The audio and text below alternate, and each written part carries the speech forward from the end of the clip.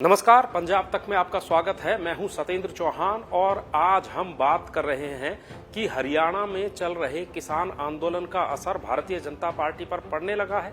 अगर पिछला रिकॉर्ड आप देखें, जब से हरियाणा में भारतीय जनता पार्टी की सरकार बनी है और जब से किसान आंदोलन हरियाणा की सरजमी पर पहुंचा है, तब से लेकर अब तक भारतीय जनता पार्टी के कई नेता, जिनमें कई पूर्व विधायक भी शामिल हैं और कई ऐसे नेता शामिल हैं जो भारतीय जनता पार्टी की टिकट पर चुनाव लड़ चुके हैं, वो कहीं ना कहीं इस आंदोलन और किसानों के मूड को भांपकर भारतीय जनता पार्टी को बाय बाय कर चुके हैं।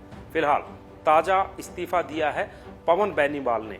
पवन बेनीवाल वो शख्स हैं जो आईएनएलडी के बड़े नेता अभय चौटाला को लगातार 2 बार से चुनौती दे रहे थे एलनाबाद से। एलनाबाद सीट सिरसा जिले में आती है और सिरसा आईएनएलडी का गढ़ माना जाता है और इस गढ़ पर पवन बेनीवाल ने अभय चौटाला को खासी चुनौती दी थी। यहाँ ये भी कहें कि अभय चौटाला के लिए कहीं ना कहीं राजनीतिक रूप से पवन बेनीवाल परेशानी का सबब बन गए थे, या फिर यूं कहें कि उन्होंने पिछले चुनाव में अभय चौटाला के पसीने छुड़ा दिए थे, तो ये कतई भी गलत नहीं होगा। लेकिन अब जबकि वहां पर उपचुनाव हो रहा है और उपचुनाव के बारे में ये कहा जाता है, उपचुनाव वो पार्टी जीतती है जो अक्सर सत्ता में रहती है, लेकिन यहाँ पर उल्टी गंगा बह रही है। सत्ता फिलहाल भारतीय जनता पार्टी की है हरियाणा में, और किसान आंदोलन से खफा होकर अभय चौटाला ने, जो कि अपनी पार्टी के एकमात्र विधायक थे, एलनाबाद सीट से विधानसभा से त्यागपत्र दे दिया था और उसके बाद अब ये सीट खाली हो गई है और इस पर उपचुनाव होना है। और उपचुनाव के बारे में ये कहा जाता है कि उपचुनाव सत्ताधारी पार्टी जीतती है, लेकिन यहाँ पर उपचुनाव से ठीक पहले उपचुनाव में पवन बेनीवाल को ये टिकट मिलनी लाजमी थी, लेकिन जनता का मूड भांपकर पवन बेनीवाल इस टिकट को छोड़कर भारतीय जनता पार्टी को ही अलविदा कह गए और अब कयास ये लगाए जा रहे हैं कि बहुत जल्द वो कांग्रेस पार्टी का दामन थाम सकते हैं।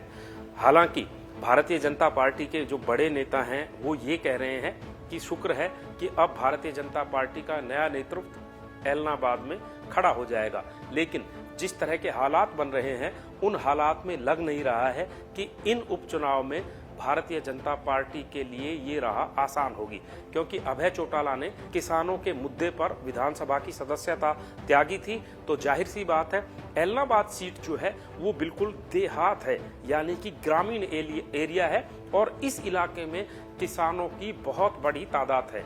दूसरी, ये सीट कहीं ना कहीं आईएनएलडी की पारंपरिक सीट रही है और इस सीट पर अक्सर आईएनएलडी या फिर आईएनएलडी समर्थित उम्मीदवार ही जीतता है।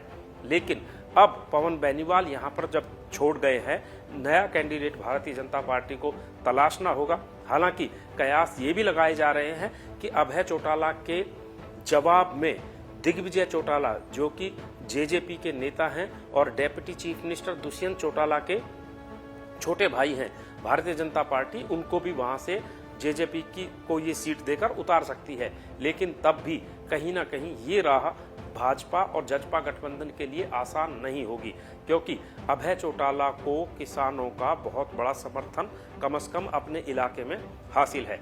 तो दूसरी तरफ कुमारी शैलजा भी पिछले समय में कई भारतीय जनता पार्टी के उन नेताओं को कांग्रेस में शामिल करा चुकी हैं जो भाजपा की टिकट पर चुनाव लड़ चुके हैं।